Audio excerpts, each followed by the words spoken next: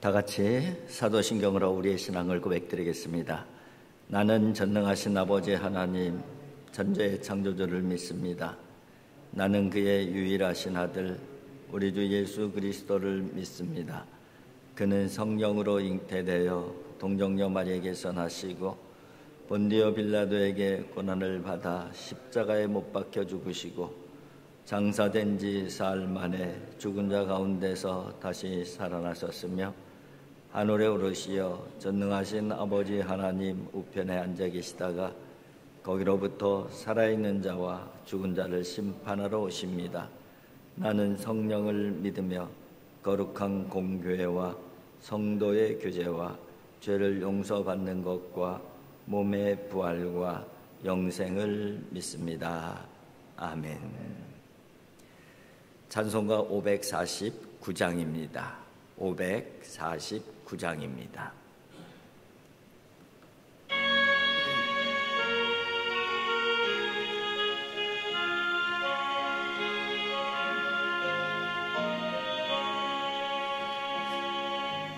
내 주여 뜻대로 행하시옵소서. 몸과 영혼을 다 주께 드리니 이 세상 오락관 주 인도하시고 날 주관하셔서 뜻대로 하소서. 내 주여 뜻대로 행하시옵소서.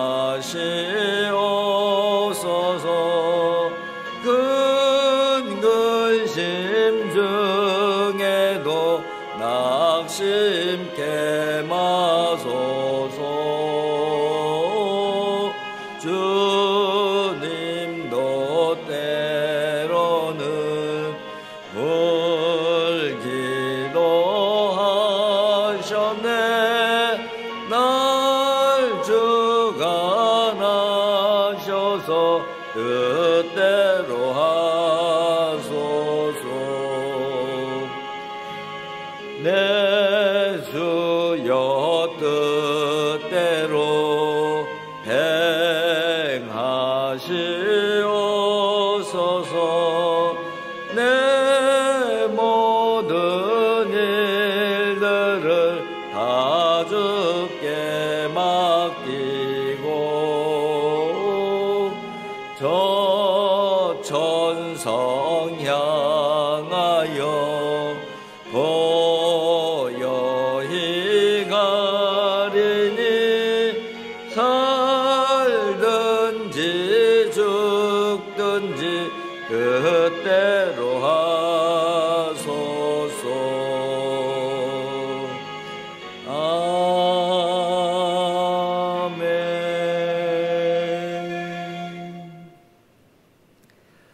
오늘 우리에게 주신 하나님의 말씀은 마가복음 14장 32절부터 42절의 말씀입니다. 마가복음 14장 32절부터 42절까지 한 절씩 교독하겠습니다. 32절입니다.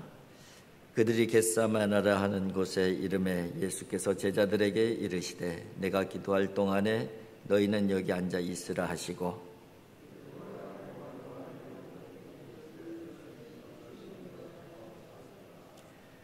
말씀하시되 내 마음이 심히 고민하여 죽게 되었으니 너희는 여기 머물러 깨어 있으라 하시고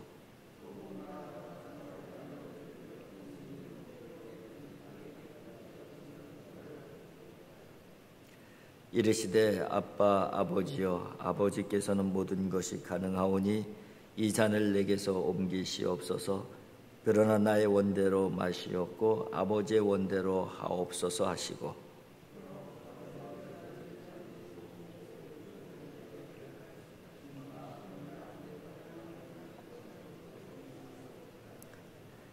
시험이 들지 않게 깨어 있어 기도하라. 마음에는 온이로되 육신이 약하도다 하시고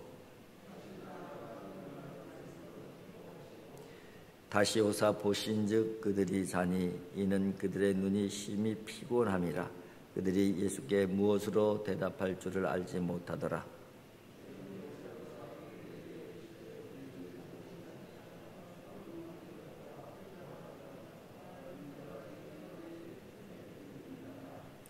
일어나라 함께 가자. 보라 나를 파는 자가 가까이 왔느니라. 아멘.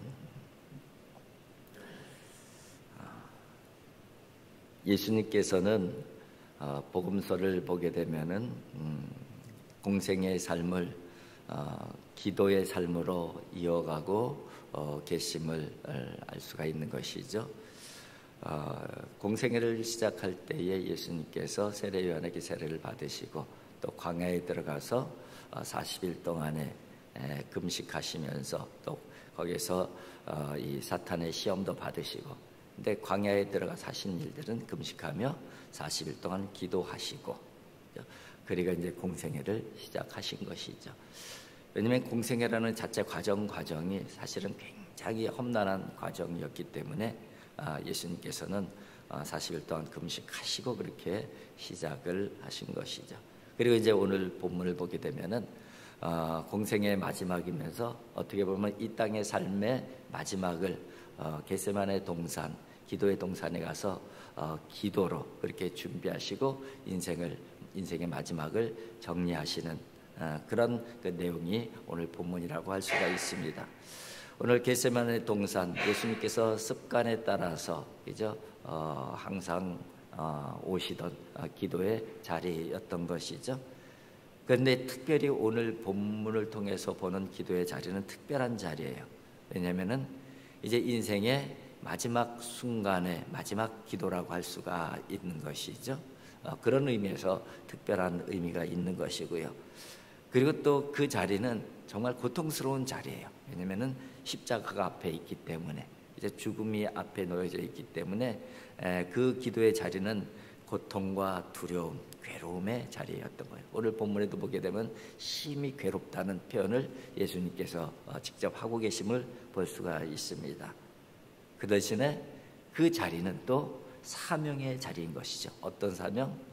구원의 사명을 감당하는 자리, 구원의 사명을 완성하는 자리, 바로 그 자리가 바로 기도의 자리다 하는 부분들을 보여주고 있습니다.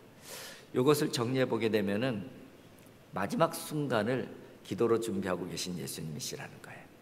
그리고 또 고통과 두려움과 괴로움의 상황들을 기도로 극복해내는 예수님의 모습을 보여주기도 하시는 것이죠.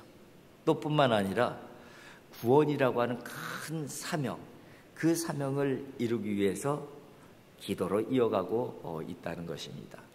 그래서 예수님의 겟세마네 마지막 그 기도는 정말 굉장히 중요한 의미가 담겨져 있는 그런 기도의 내용이라고 할 수가 있습니다.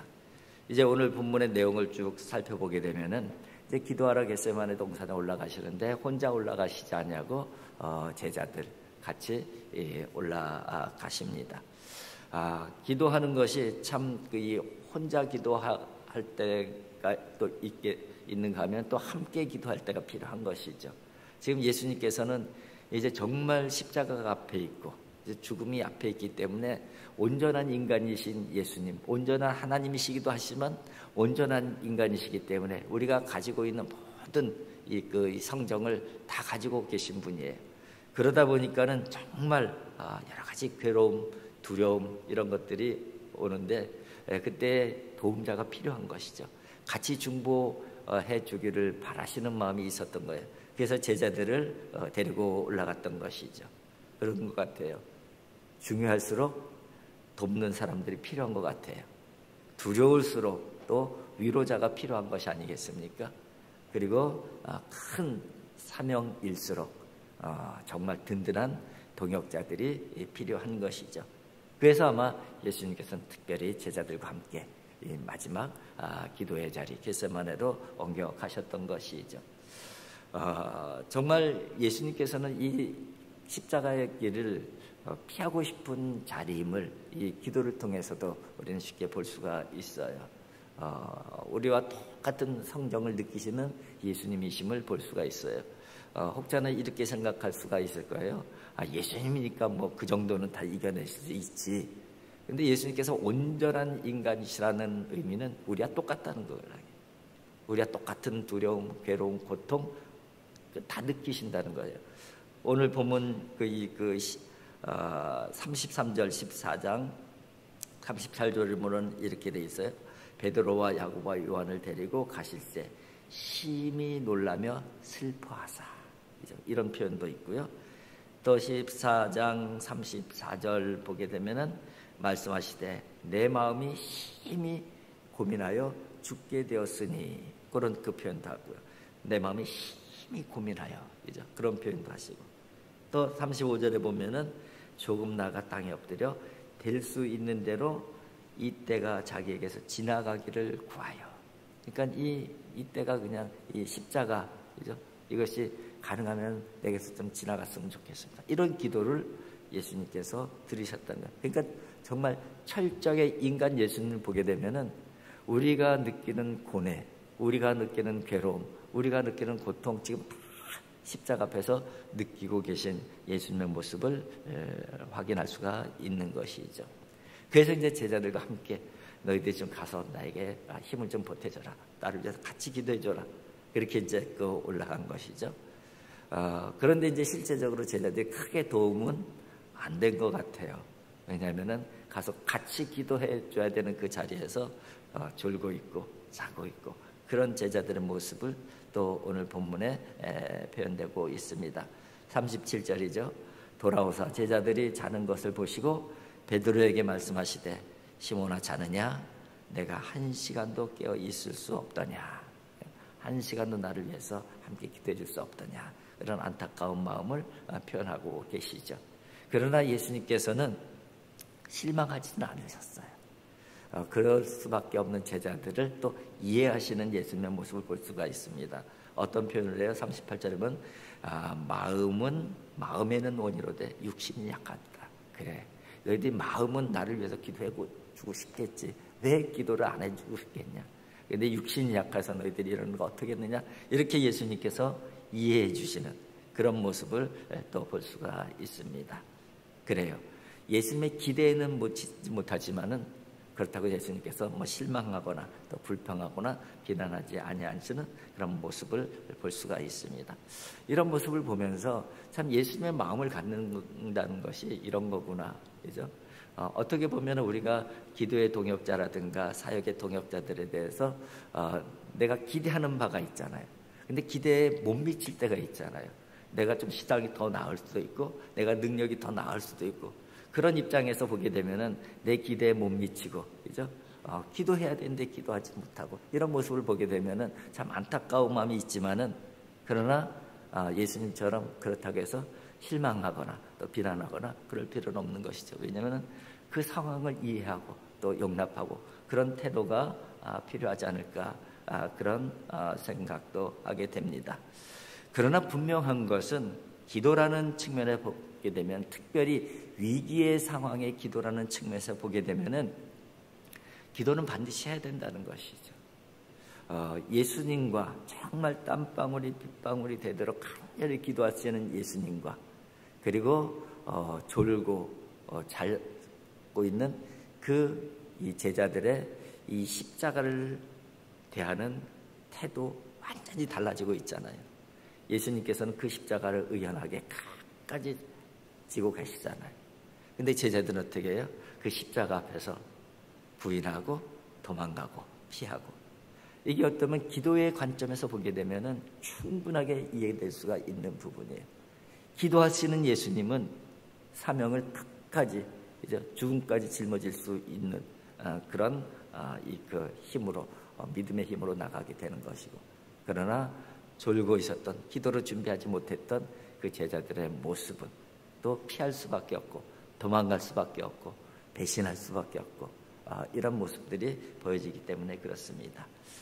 그래요. 이제 우리 그 다음 주부터 또 우리가 특별 새벽기도, 사순절이 이제 돌아왔기 때문에 사순절 특별 새벽기도 하는데, 우리가 이제 때마다 이 특별 새벽기도를 하는데 바로 이런 의미에서 하는 것이죠. 항상 우리 앞에는 개인적으로도 여러 가지 어려움과 위기가 다가올 수 있는 것이고, 또 공동체적으로도 교회도 그렇고, 또 국가도 그렇고, 또 우리 회사를 운영하시는 분이나 아니면 직장을 다니는 회사 공동체도 그렇고, 항상 여러 가지 힘듦과 어려움과, 그죠? 그런 일들이 발생할 수 있고, 또 시대적으로 그런 요소들이 너무나도 많은 시대를 우리가 지금 살아가고 있잖아요. 그럼 이때 필요한 게 뭔가 하는 부분들 예수님께서 마지막 겟세마네 동산의 기도를 통해서 보여주고 있는 것이죠. 이럴 때일수록 기도해야 된다는 것이죠. 이럴 때일수록 우리가 기도로 무장해야지만이 우리 앞에 다가오는 어떤 어려움들도 그죠? 능히 이겨낼 수 있고, 정말 하나님의 사람으로 살아낼 수 있다는, 그리고 사명을 능히 감당해낼 수 있다는 것을 예수님을 통해서, 오늘 본문을 통해서 우리에게 보여주고 있습니다.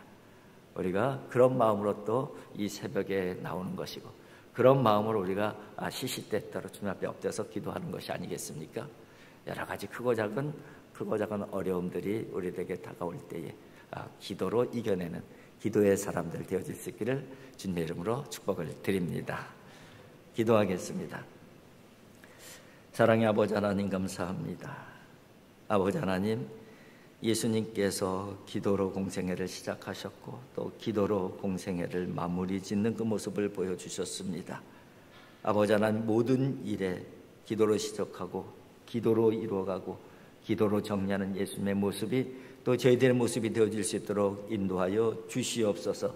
아버지 하나님, 기도하는 사람들이 되어지게 하여 주시고, 기도를 통해서 힘을 얻게 해 주시옵시고, 기도를 통해서 용기롭게 해 주셔서 하나님의 뜻을 능히 이루어드릴 수 있는 하나님의 사람들 되어질 수 있도록 인도하여 주시옵소서. 아버지 하나님, 이제 사순절이 다가오고 있습니다. 사순절날 저희들이 다른 것보다도 하나님 앞에 기도하면서 이 사순절을 지나고자 합니다. 아버지 하나님, 기도할 때에 하나님께서 함께 해주시고 하나님께서 힘주시고 용기 주셔서 우리 앞에 다가오는 크고 작은 어려움들 능히 이겨내면 물론이거니와 하나님의 뜻을 온전히 이뤄갈 수 있는 하나님의 사람들 되어질 수 있도록 인도하여 주시옵소서. 응답받는 사순절 기도회가 되어질 수 있도록 하나님 도와주시고 인도하여 주시옵소서. 무엇보다도 하나님의 뜻이 이루어지게 하여 주시옵시고, 하나님의 뜻으로 응답받는 그런 기도의 시간들, 기도의 자리가 되어질 수 있도록 하나님 도와주시고 인도하여 주시옵소서. 예수님의 거룩하신 이름으로 기도하옵나이다. 아멘. 하늘에 계신 우리 아버지, 아버지의 이름을 거룩하게 하시며 아버지의 나라가 오게 하시며 아버지의 뜻이 하늘에서와 같이 땅에서도 이루어지게 하소서. 오늘 우리에게 일용할 양식을 주시고 우리가 우리에게 잘못한 사람을 용서하여 준 것 같이 우리 죄를 용서해 주시고 우리를 시험에 빠지지 않게 하시고 악에서 구하소서. 나라와 권능과 영광이 영원히 아버지의 것입니다. 아멘.